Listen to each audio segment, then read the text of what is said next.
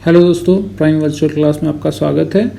हम NCERT class 9th का physics पढ़ रहे थे। इसमें 2 चैप्टर हम ऑलरेडी कवर कर चुके हैं। अभी जो चैप्टर स्टार्ट होने वाला है वो चैप्टर नंबर 3 है। वो आपके साइंस बुक का चैप्टर नंबर 10 है, जिसका नाम क्या है? ग्रेविटेशन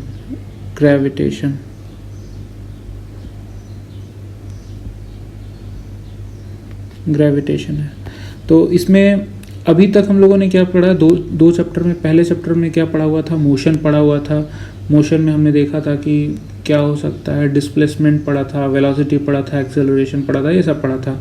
और उसके बाद फिर हमने सेकंड चैप्टर में क्या पढ़ा था कि चेंज ऑफ मोशन, अगर change of state of motion होता है वो किसकी वजह से होता है?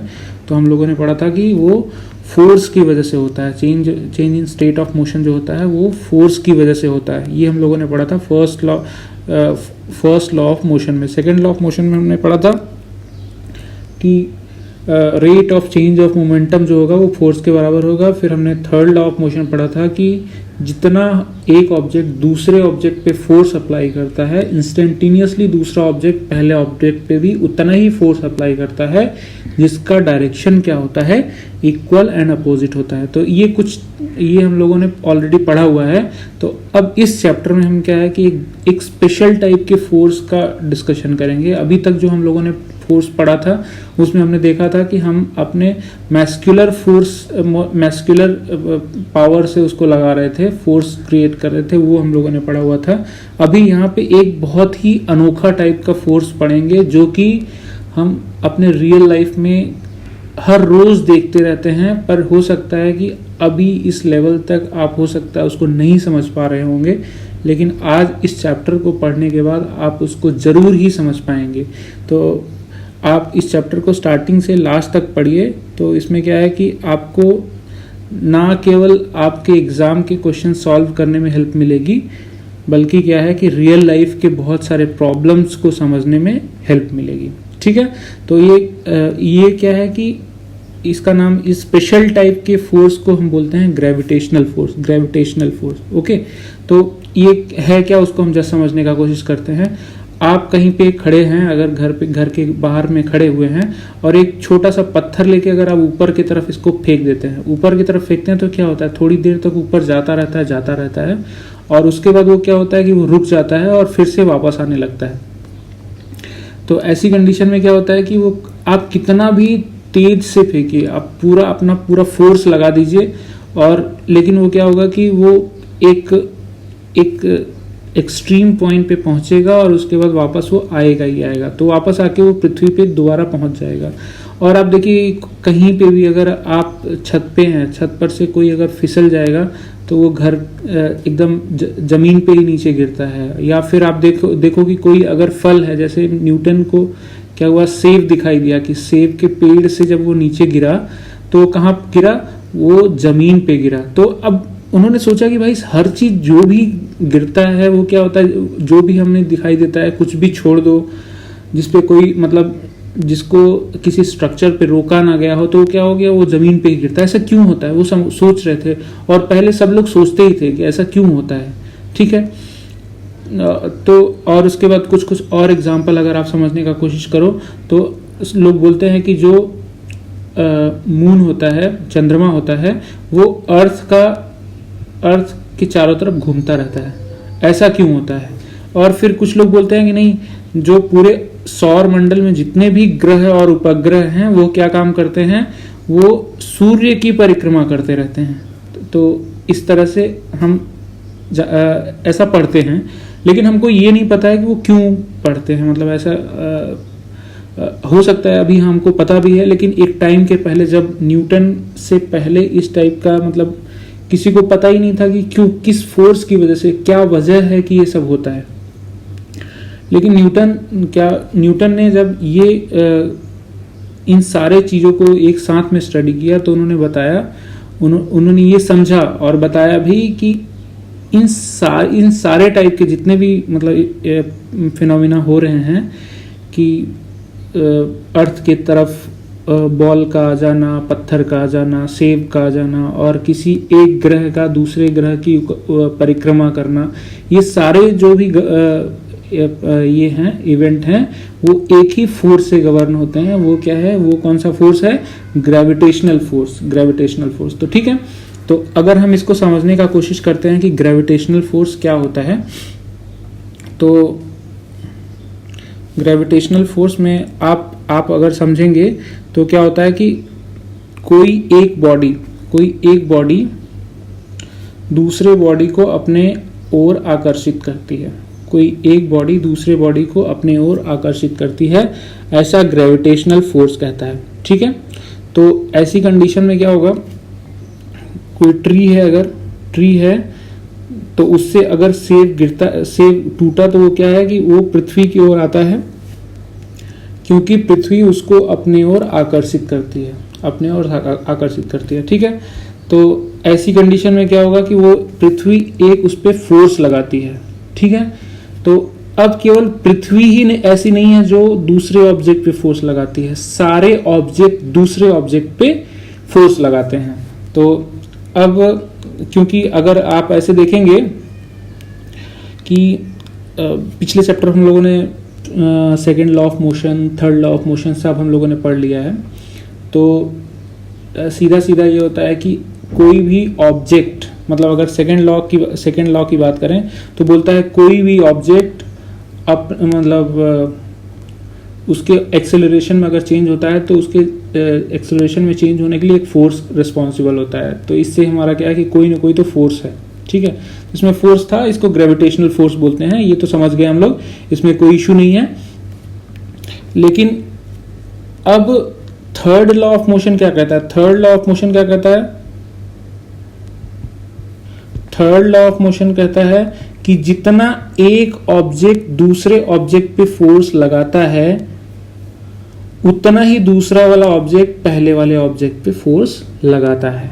ठीक है, इंस्टेंटेनियसली उतना ही फोर्स लगाता है। ठीक है, तो अब कहने का अब यहाँ पे ये हो गया कि जो सेव है उस पे केवल जो हमारी अर्थ है वो केवल फोर्स नहीं लगाती है, जबकि सेव भी अर्थ पे फोर्स लगाता है। ठीक है, फोर्स जो है दोनों साइड से लगता है। तो अब क्वेश्चन मन में डाउट ये आ सकता है भाई कि जब दोनों साइड से जब फोर्स लगता है तो जो सेव है वो अर्थ की तरफ क्यों आ जाता है, सेव जो है वो अर्थ की तरफ क्यों आ जाता है, अर्थ सेव की तरफ क्यों नहीं जाता है। तो ऐसी कंडीशन में हमारा क्या है कि सेकेंड लॉ ऑफ मोशन क्या कहता है, जो फोर्स है वो क्या होगा, मास इंटू एक्सेलरेशन होगा, मास इंटू एक्सेलरेशन होगा।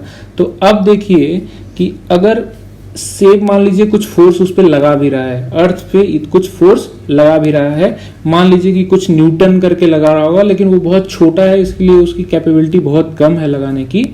तो जो फोर्स लगाएगा उससे कितना एक्सेलरेशन फोर्स इसमें अर्थ में डेवलप होगा देखिए, क्योंकि अर्थ का जो मास है वो सेव के कंपैरिजन में इनफाइनाइट है, बहुत ज्यादा है। तो ऐसी कंडीशन में क्या होगा, एक्सेलरेशन का वैल्यू टेंड्स टू 0 हो जाएगा। ठीक है, तो ऐसी कंडीशन में क्या होगा, उसका एक्सेलरेशन इतना ज्यादा कम रहेगा कि हम उसकी गणना ही नहीं कर सकते, उसको कैलकुलेट ही नहीं कर सकते। तो हमको पता ही नहीं चलेगा कि क्या अर्थ भी एक्सेलरेट होके सेव की तरफ जा रहा है कि नहीं जा रहा है। तो ये न्यूटन ने बोला कि भाई सारे ऑब्जेक्ट एक दूसरे को क्या करते हैं, आकर्षित करते हैं, और कितना फोर्स से आकर्षित करते हैं वो हम आगे पढ़ेंगे, कितना फोर्स लगाते हैं वो हम आगे पढ़ेंगे। लेकिन ये तो पक्का उन्होंने बोल दिया, अभी आपको इतना समझना है कि उन्होंने ये तो बोल दिया भाई कि सारे ऑब्जेक्ट एक दूसरे को आकर्षित करते हैं। लेकिन अब यहाँ पे एक डाउट आ सकता है, भाई सेव ने जब पृथ्वी को आकर्षित किया वो भी स्ट्रेट लाइन में किया, जब अर्थ ने सेव को आकर्षित किया वो भी स्ट्रेट लाइन में किया। तो जब स्ट्रेट लाइन में सब लोग आकर्षित कर रहे हैं, अपनी तरफ आकर्षित कर रहे हैं, तो चंद्रमा जो है वो चारों तरफ क्यों घूम रहा है, वो सर्कुलर पाथ में क्यों घूम रहा है, इस टाइप का क्वेश्चन आ गया। और सिमिलरली हमारे जो सोलर सिस्टम में जो हमारे अदर जो प्लैनेट्स हैं वो क्यों सन के चारों तरफ परिक्रमा कर रहे हैं, वो सर्कुलर पाथ में क्यों जा रहे हैं। तो इसको अगर आपको समझना है तो आपको एक एक्सपेरिमेंट करना पड़ेगा। ये एक्सपेरिमेंट हम लोगों ने पिछले चैप्टर में भी किया हुआ था। आपको क्या काम करना है, आपको यहाँ पे बीच में खड़े होना है, खड़े होके क्या काम करना है, रस्सी में एक पत्थर को पकड़ना है, पत्थर को बांधना है और इसको चारों तरफ से आपको घुमा के रखना है, घुमाते रहना है, घुमाते रहना है। और घुमाते रहने पे होगा क्या, आप देखेंगे कि वो चारों तरफ ऐसे ऐसे करके आपके चारों तरफ वो घूमता रहेगा। लेकिन आप कर क्या रहे हैं, आप महसूस करेंगे कि आप उसको अपने साइड में खींचे रहने का कोशिश कर रहे हैं। मतलब आप अपने साइड में उसको कुछ फोर्स लगा रहे हैं और वो क्या काम कर रहा है, वो आपके चारों तरफ चक्कर लगा रहा है। ठीक है, तो अब क्या काम करना है, अब अगर आप इसको किसी एक पॉइंट पे इसको छोड़ दीजिए, जब आप किसी एक पॉइंट को छोड़ दीजिए, इसकी वेलोसिटी इस डायरेक्शन में थी, तो वो क्या काम करेगा, वो सीधा जिधर में जहां पे रहेगा उसके टेंजेंशियल डायरेक्शन में वो चला जाएगा, मतलब स्ट्रेट लाइन में चला जाएगा। आप किसी भी पॉइंट पे, जिस पॉइंट पे उसको छोड़ोगे वहां से वो स्ट्रेट लाइन में चला जाएगा। इसका मतलब क्या हुआ, इसका मतलब यही हुआ कि मून भी अर्थ के, मतलब अगर हम देखें सौर मंडल में मून भी एकदम स्ट्रेट लाइन में बेचारा जा रहा था, लेकिन उसको किसी ने फोर्स लगा दिया, मतलब अर्थ ने अपने तरफ खींचने का कोशिश किया। अब वो अर्थ खींच रहा है, वो स्ट्रेट लाइन में जाने का कोशिश कर रहा है, इसकी वजह से वो उसके चारों तरफ घूमने लगा। ठीक है, तो इस टाइप का आप समझ सकते हैं। तो ये जो फोर्स है जो इसको सेंटर की तरफ खींचे रहने का कोशिश करता है, इस फोर्स को कहते हैं सेंट्रीपिटल फोर्स।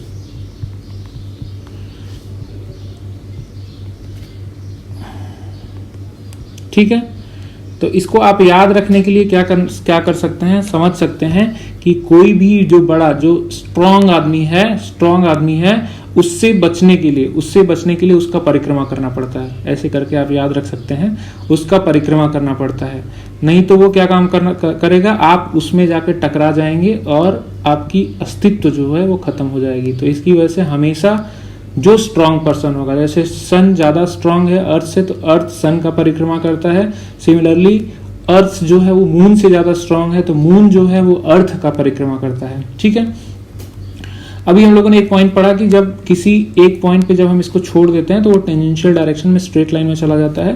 तो टेंजेंट क्या होता है वो अगर आपको समझना है तो जस्ट आप समझ सकते हैं कि अगर कोई सर्कल है और उसको कोई स्ट्रेट लाइन किसी एक पॉइंट पे केवल मीट करती है, किसी एक पॉइंट पे मीट कर रही है। देखिए अभी हमने गड़बड़ बना दिया, इतना हमारा वो ड्राइंग अच्छा नहीं है, इसकी वजह से मान लीजिए ये किसी एक पॉइंट पे केवल मीट करती है, तो वो उस सर्कल की टेंजेंट कही जाती है। ठीक है, उस सर्कल की टेंजेंट कही जाती है। तो किसी एक पॉइंट पे ही मीट करना पड़ेगा तभी उसको टेंजेंट कहेंगे।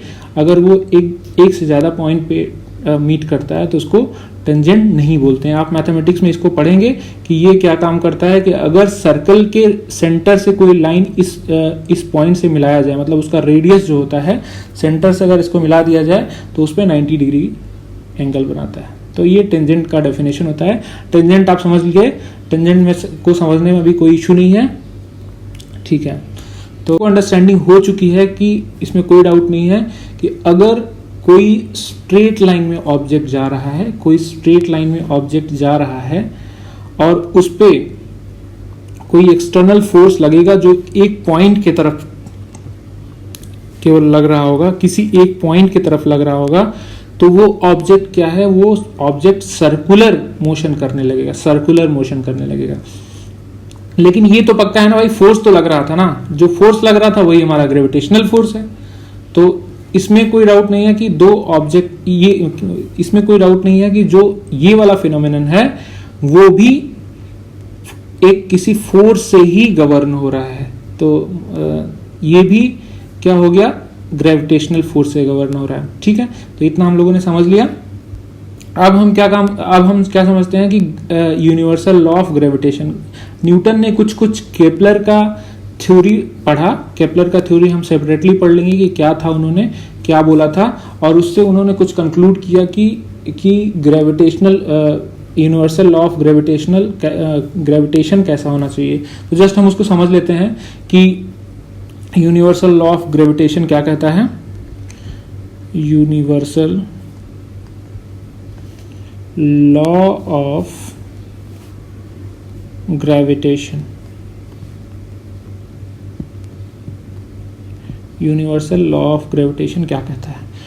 यूनिवर्सल लॉ ऑफ ग्रेविटेशन बोलता है कि अगर दो ऑब्जेक्ट हैं, एक का मास, मान लीजिए एक ऑब्जेक्ट है ए एक ऑब्जेक्ट है ए और दूसरा ऑब्जेक्ट है बी, ठीक है। तो ऐसी कंडीशन में अगर एक का मास है एम ए और दूसरे का मास है एम बी, तो और इसके बीच का डिस्टेंस, अगर सेंटर से सेंटर के बीच का डिस्टेंस जो है वो डी है, तो ऐसी कंडीशन में क्या होगा, ए बी के ऊपर मतलब कुछ फोर्स लगाएगा, कुछ फोर्स से उसको अट्रैक्ट करेगा, और जब ये ए बी से अट्रैक्ट करेगा तो बी भी ए को अट्रैक्ट करेगा, तो दोनों एक दूसरे को कुछ फोर्स से जो है, कुछ फोर्स से अट्रैक्ट करेंगे, कुछ फोर्स से क्या काम करेंगे, अट्रैक्ट करेंगे। तो अगर हम इसको बोल दें एफ ए जो है बी पे लगा रहा है और ये एफ बी ए पे लगा रहा है, ये न्यूटन का थर्ड लॉ से ये दोनों इक्वल एंड अपोजिट होंगे, इसमें कोई डाउट नहीं है। तो ये कुछ फोर्स लगाता है, जो फोर्स है वो क्या होता है, फोर्स जो होता है वो दोनों के मास के मल्टीप्लिकेशन के प्रोपोर्शनल होता है। मतलब F जो होगा, चाहे कोई भी इन दोनों में से कोई भी फोर्स हो, that will be proportional to ma multiplied by mv, ऐसा उन्होंने बोला। जो फोर्स रहेगा वो डायरेक्टली प्रोपोर्शनल रहेगा किसके, दोनों के मास के मल्टीप्लिकेशन के डायरेक्टली प्रोपोर्शनल रहेगा। और उन्होंने बोला दूसरा चीज क्या बोला, फोर्स जो रहेगा वो इनवर्सली प्रोपोर्शनल रहेगा इन दोनों के डिस्टेंस के स्क्वायर के, है ना, इन दोनों के डिस्टेंस के स्क्वायर के इनवर्स के, ठीक है। डायरेक्टली प्रोपोर्शनल रहेगा इन दोनों के डिस्टेंस के स्क्वायर के इनवर्स के, ठीक है, मतलब इस टाइप का। और इनवर्सली प्रोपोर्शनल रहेगा डिस्टेंस के स्क्वायर के, ठीक है। तो इस तरह से उन्होंने बोला। तो अब दोनों को अगर हम बोले तो एक साथ में कंबाइन करें तो फोर्स क्या रहेगा, डायरेक्टली प्रोपोर्शनल हो जाएगा m a m b divide by d square, इस टाइप का हो जाएगा, ठीक है। तो इसको अगर हम इक्वल टू इक्वेट करने का कोशिश करें तो हम क्या कह सकते हैं कि एक प्रोपोर्शनलिटी कांस्टेंट लगाना पड़ेगा। जो प्रोपोर्शनलिटी कांस्टेंट है वो जी है, मतलब एक कांस्टेंट है, कांस्टेंट का वैल्यू मान लो जी है, ठीक है। तो m a m b divide by d square, इस टाइप का इक्वेशन आ जाता है। फोर्स क्या होगा, एक ऑब्जेक्ट दूसरे ऑब्जेक्ट पे कितना फोर्स लगाएगा, एक ऑब्जेक्ट दूसरे ऑब्जेक्ट पे कितना फोर्स लगाएगा। तो अब देखिए इससे पता चल रहा है कि अगर ए चाहे अर्थ हो चाहे सेब हो, बी चाहे अर्थ हो चाहे सेब हो, फोर्स दोनों के बीच में उतना ही लगेगा, क्योंकि थर्ड लॉ ऑफ मोशन क्या बोलता है कि जब एक बॉडी दूसरे बॉडी पे जितना फोर्स लगाएगा उतना ही फोर्स क्या है, दूसरा बॉडी पहले बॉडी पे लगाएगा। तो भाई जितना अर्थ सेब पे फोर्स लगाएगा उतना सेब भी अर्थ पे फोर्स लगाएगा। अब बात ये अलग है कि सेब उसी फोर्स से उसकी ओर खींचा चला आएगा, लेकिन उसी फोर्स से जो है अर्थ का कुछ हो नहीं पाएगा, ठीक है। तो लेकिन फोर्स भाई दोनों लगाएंगे, ठीक है, इतना समझ में आ गया, इसमें कोई डाउट नहीं है।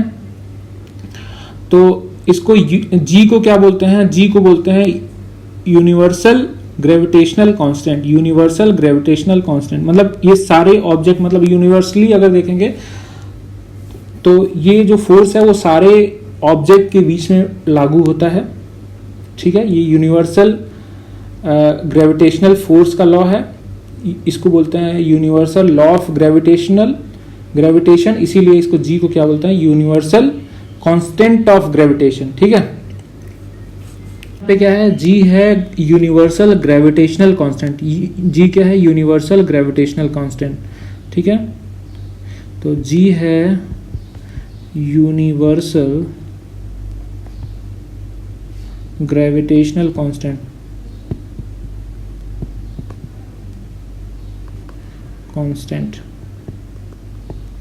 ठीक है। इसका वैल्यू का जी का वैल्यू जो है हेनरी कैवेंडिश ने निकाला। हेनरी कैवेंडिश ने क्या है, इन्होंने सेंसिटिव बैलेंसिंग करके निकाला कि जी का वैल्यू जो है वो कितना रहेगा, 6.673 इंटू 10⁻⁻11 न्यूटन मीटर स्क्वायर पर केजी स्क्वायर होगा, ठीक है। इतना इन्होंने निकाला। तो ये जो यूनिट है यूनिवर्सल ग्रेविटेशनल कांस्टेंट का जो यूनिट है उसको निकालने के लिए हम क्या काम कर सकते हैं, यहाँ से इसको डिराइव कर सकते हैं। यहाँ से क्या है, जी को अगर हम लिखना चाहें तो जी को क्या ले सकते हैं, f d square f d square upon m a m b, ऐसा हम लिख सकते हैं। ठीक है। तो एफ का यूनिट क्या होता है, न्यूटन होता है। एफ का यूनिट क्या है, न्यूटन है। डिस्टेंस का मीटर होता है, तो मीटर स्क्वायर हो गया डिवाइड बाई केजी स्क्वायर। तो ये क्या हो गया, ये कैपिटल जी का यूनिट हो जाएगा। ठीक है। तो इसके हिसाब से ये आपका यूनिट हो गया, इसको आपको ध्यान रखना है। और इसकी वैल्यू मोस्टली दी रहती है एग्जाम में, फिर भी आप याद कर लीजिए क्योंकि आपको ज़रूरत पड़ेगा। ठीक है। तो इसको आप याद ही रखिए। तो अभी हम लोगों ने जितना भी समझा उसमें क्या है, उसमें हमने क्या है कि एक यूनिवर्सल लॉ ऑफ ग्रेविटेशन समझा।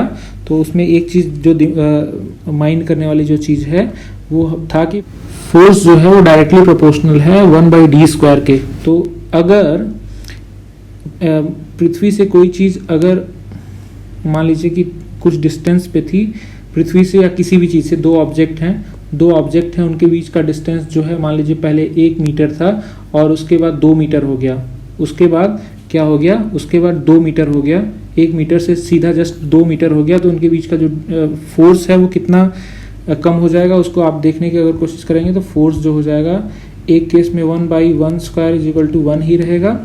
ठीक है, मल्टीप्लाइड बाय सम कांस्टेंट, ऊपर वाला जो मास वगैरह रहेगा, और सेम चीज़ जो होगा 1 डिवाइड बाई 2 स्क्वायर, मतलब हो गया 1/4 ऐसा हो जाएगा। तो मतलब अगर डिस्टेंस जो है वो 2 गुनी हो गई तो फोर्स जो होगा वो 1/4 हो जाएगा, इस टाइप का। इतना ज़्यादा फोर्स में जो है आपका रिडक्शन होता है। ये चीज़ समझने वाला चीज़ है। ठीक है। तो आज हम इतने पे ही रोक देते हैं, फिर अब क्या होगा बाकी चीज़ें जो है उसको नेक्स्ट लेक्चर में समझेंगे। ठीक है, थैंक यू।